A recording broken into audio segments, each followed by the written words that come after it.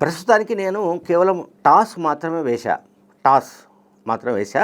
ఇక test match ముందుంది అని, అంటే అసలు కథ ముందుందని బీఆర్ఎస్ పార్టీ నుంచి సస్పెన్షన్కి గురైన తెలంగాణ జాగృతి అధ్యక్షురాలు ప్రస్తుత ఎమ్మెల్సీ కవిత మీడియాకు చెప్పారు. టెస్ట్ మ్యాచ్ ఉందని చెప్తున్నారు ఆమె. ఆ టెస్ట్ మ్యాచ్లో ఏ విషయాలు బయటపడతాయో మనకు తెలియదు, కానీ ఆమె కథనం ప్రకారం బీఆర్ఎస్ పార్టీ నాయకుల అవినీతి పుట్టలు బయటపడుతున్నట్టుగా చెప్తున్నారు ఆమె. అంటే అవినీతి పుట్టలు పగులుతున్నట్లుగా ఆమె చెప్తున్నారు. అండ్ అధికారంలో ఉన్న 10 ఏళ్లలో, బీఆర్ఎస్ పార్టీ అధికారంలో ఉన్న 10 ఏళ్లలో నేను కానీ నా భర్త కానీ ఒక్క పని కూడా ప్రభుత్వాన్ని అడగలేదని కూడా ఆమె చెప్తున్నారు. ఒక్క పని కూడా తాను తీసుకోలేదని చెప్తున్నారు. నేను ఎటువంటి తప్పు చేయలేదు అని ఆమె వాంగ్మూలం. అండ్ బీఆర్ఎస్ పార్టీ అధికారంలో ఉన్న కాలంలో ఆ 10 ఏళ్లలో నేను ఒక్క రూపాయి కూడా సంపాదించుకోలేదు. అట్లాగే కేసీఆర్, హరీష్ రావు వీళ్ళని ఎవరిని కూడా వాళ్ళ నుంచి నేను ఒక్క సహాయం కూడా తీసుకోలేదు. ఇప్పుడు తనను డ్యామేజ్ చేయడానికి, తన వ్యక్తిత్వాన్ని డ్యామేజ్ చేయడానికి, రాజకీయంగా తనను అణిచివేయడానికి బీఆర్ఎస్ పార్టీకి సంబంధించిన కొంతమంది వ్యక్తులు కుట్ర పన్నుతున్నట్టుగా ఆమె ఆరోపణ. ఆమె ఇటీవల కూకట్పల్లి, కుత్బులాపూర్ ఎమ్మెల్యేలు, బీఆర్ఎస్ పార్టీ ఎమ్మెల్యేలు మాధవరం కృష్ణారావు అట్లాగే వివేకానంద పైన భూ కబ్జాలు, ఇతర అక్రమాలకు సంబంధించిన వ్యవహారాల పైన ఆమె మీడియా ముందుకు వచ్చి మాట్లాడిన విషయాలు మనకు తెలుసు. తర్వాత మాధవరం కృష్ణారావు ఒక అడుగు ముందుకేసి ఆయన రెచ్చిపోయి కవితకు సంబంధించిన అనేక విషయాలను బయటపెట్టడానికి ప్రయత్నించాడు. అంటే ఏ రకంగా కవిత అక్రమాలకు పాల్పడ్డారు, ఎట్లా అవినీతికి పాల్పడ్డారు, ఏ రకంగా అక్రమంగా సంపద కూడబెట్టుకున్నారు, ఇవన్నీ కూడా ఆయన ఆరోపించాడు.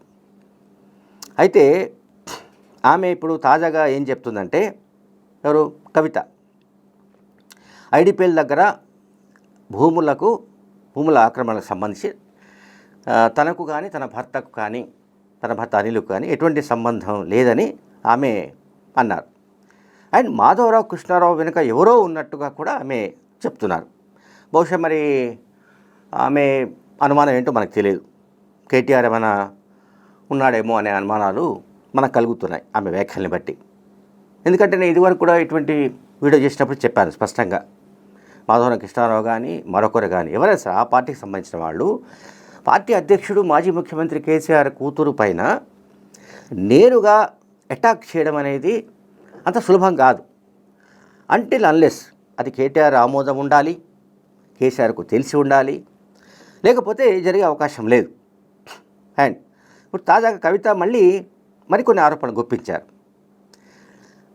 కేటీఆర్ హయాంలో, అంటే కేటీఆర్ మున్సిపల్ మంత్రిగా ఉన్న కాలంలో పెద్ద ఎత్తున చెరువులను కబ్జా చేసి వాటిని డెవలప్మెంట్కు గాజుల రామారం ప్రాంతాల్లో ఎమ్మెల్యేలు వివేకానంద అండ్ మాధవరం కృష్ణారావు ఇద్దరు కబ్జాలు చేసినట్టుగా ఆమె ఆరోపిస్తున్నారు. తన భర్త ప్రభుత్వ భూముల జోలికి పోలేదని, ఆయన ప్రైవేటు భూముల్లోనే రియల్ ఎస్టేట్ వ్యాపారం చేసుకుంటున్నాడని ఆమె చెప్పారు. నన్ను పార్టీ నుంచి పంపించినా మీ కళ్ళు చల్లబడలేదా?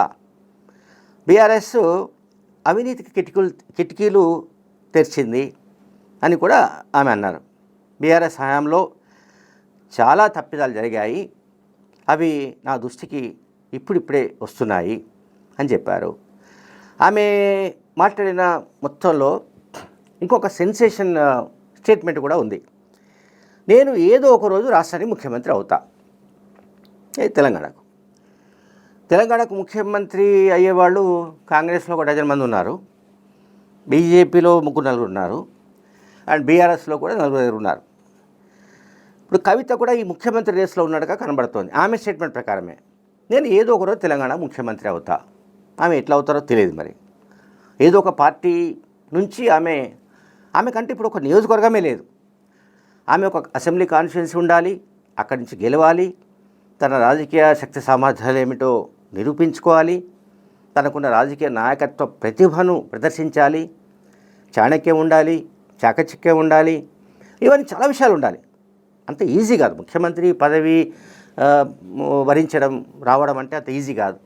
కేసీఆర్ కూడా 14 ఏళ్ల పాటు తెలంగాణ అస్త్రం పైన పోరాడిన కారణంగా తెలంగాణ రాష్ట్రం ఏర్పడిన తర్వాత ఆయనను ముఖ్యమంత్రిగా తెలంగాణ ప్రజలు ఆమోదించారు.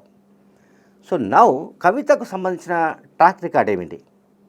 ఆమె తెలంగాణ ఉద్యమంలో సరే తెలంగాణ జాగృతి పేరిట గడిచిన 14-15 ఏళ్ళుగా పనిచేస్తున్నారు, ఎంత బాగానే ఉంది.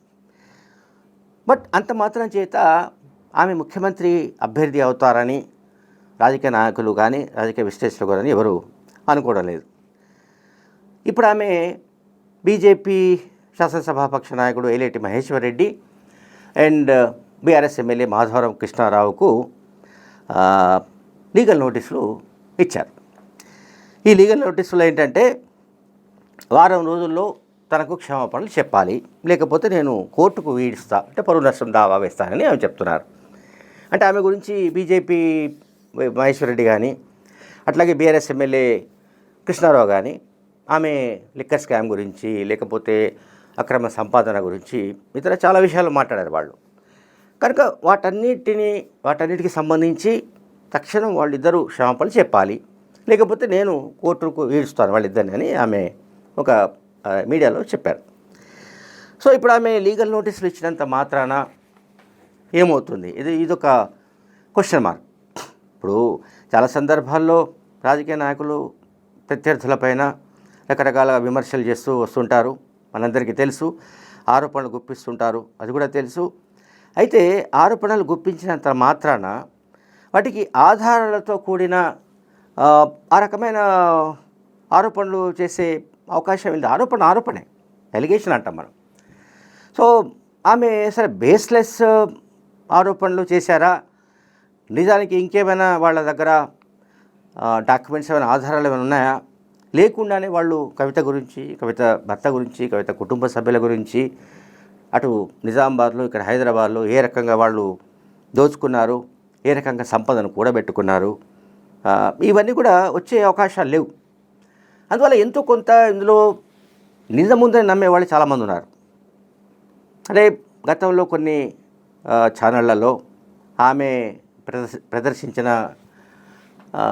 ధన సంపద, ప్రదర్శించిన ఎగ్జిబిషన్, అంటే ఆమె వాచ్తో సహా, అంటే కాస్ట్లీ వాచ్ని ఆమె తొడగడం, దానికి సంబంధించిన ఇష్యూస్, ఇవన్నీ కూడా ఇవి పబ్లిక్లోకి వెళ్తున్నాయి. పబ్లిక్లోకి వెళుతున్న సమాచారం ఏంటంటే ఆ 10 ఏళ్ల కాలంలో మిగతా బీఆర్ఎస్ నాయకులతో పాటుగా ఆమె కూడా ఇటువంటి అక్రమాలు చేసినట్లుగా పబ్లిక్లో ఒక క్యాంపెయిన్ వెళ్తోంది, అంటే పబ్లిక్లో ఒక మెసేజ్ వెళ్తోంది. అంటే కవితకు క్లీన్ చిట్తో ఉంది, ఆమె క్లీన్ ఇమేజ్ ఉంది అని అనుకునే పరిస్థితులు చాలా వరకు లేవు. బికాస్ ఆమె లిక్కర్ స్కామ్లో ఆమె దోష అనేది కోర్టు తేలుస్తుంది. కానీ ఈలోగా ఆమె ఇటువంటివి మాట్లాడడం, అంటే తెలంగాణ జాగృతి జనం బాట పేరిట ప్రజల్లోకి వెళ్ళడం అంతవరకు బాగానే ఉంది. ఆమె ఎప్పుడైతే బీఆర్ఎస్కి సంబంధించిన నాయకులపైనే అటాక్స్ మొదలుపెట్టారో, ఇక అవినీతి పుట్టలు పగులుతున్నాయని ఆమె చెబుతూ వస్తున్నారు. నేను కేవలం టాస్ మాత్రమే వేశాను, ఇక టెస్ట్ మ్యాచ్ మిగిలి ఉందని చెప్తున్నారు. దీన్ని బీఆర్ఎస్ పార్టీ హైకమాండ్ చాలా సీరియస్గా తీసుకుంటున్నట్టుగా కనబడుతోంది. ఇక ముందు బహుశా ఆమె ఏం మాట్లాడినా ఆమెను వీళ్ళు ప్రతిఘటించే అవకాశాలు, ఆమెపై మళ్ళీ రెచ్చిపోయి విరుచుకుపడే అవకాశాలు కూడా లేకపోలేదు. Thank you.